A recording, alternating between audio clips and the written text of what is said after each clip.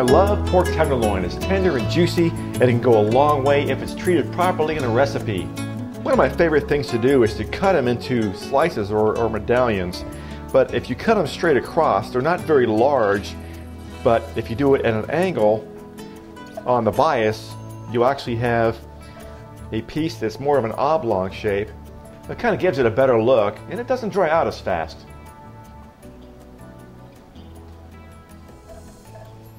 Now they're pretty tender to start with, but to even tenderize them more, take your fingers to kind of give them a push to flatten them out, which will open up the tendons more. To this we're going to add some fresh cracked pepper. We're going to push the pepper in, turn, and repeat for the second side. Now I've already got my pan preheating, which you should always do anytime you do any saute. To that we're going to add some olive oil. We'll swirl it to coat. We'll go ahead and add our pork tenderloin.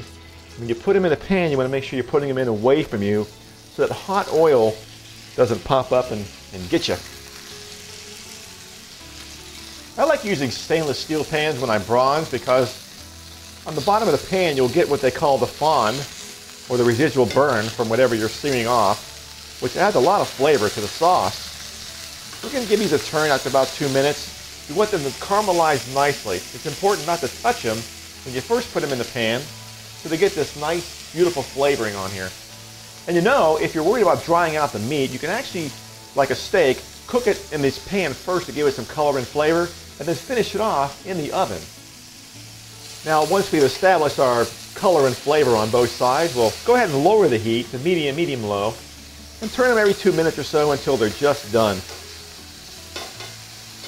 Let's get our pork out of the pan. We'll set it aside to rest, which is very important for any meat if you're bronzing it or baking it, because you want the juices in the middle of the meat to kind of work its way back out naturally into the fibers, so it's really juicy. Well, let's go ahead and add our chicken stock, our red wine, our mustard and tomato paste, and we'll bring the heat up to medium. We'll grab a whisk and scrape those brown bits off the bottom of the pan where all that flavor is, and work in the sauce. We're going to simmer it until it reduces by about half, and we'll let Jason, our camera guy, work his magic with some time lapse. We're going to finish with a pinch of salt, and I know it's not in the recipe, but what's a sauce without a little butter on the finish? Well, this easy pan sauce is done. Let's serve it up. Now, for presentation purposes, we'll start with putting the sauce in the bottom of the plate, and we'll give it a swirl so it's evenly dispersed in the bottom. This also makes a really great appetizer as well. And we'll place our medallions in here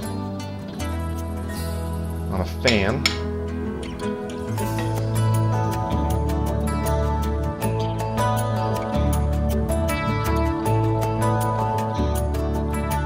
Which will give us some height. You always want to have some height on your dish for the presentation. We'll find a nice piece of thyme here, and we'll tuck this in to give it even more height.